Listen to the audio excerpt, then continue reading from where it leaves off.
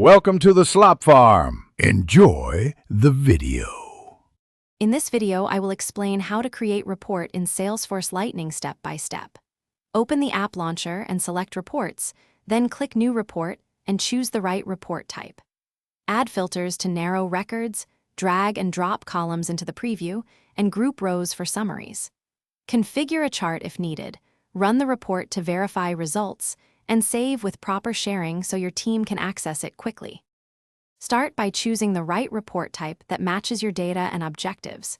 Use custom filters to isolate the records you need and keep the output focused for stakeholders. Arrange columns, move fields into the preview, and group by date or owner to reveal summaries.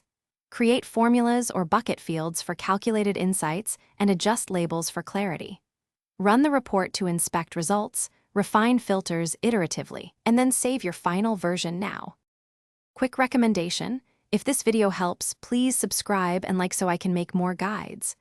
On another note, consider the product seen here, Droplet Stay Hydrated Anywhere with the Owala water bottle, a handy companion during long Salesforce sessions. Check the description for the link and other deals where you can find it. I appreciate your support. It really helps the channel grow. Now let's get back to the video. Use the report builder to drag and drop fields and assemble the exact view you need for analysis.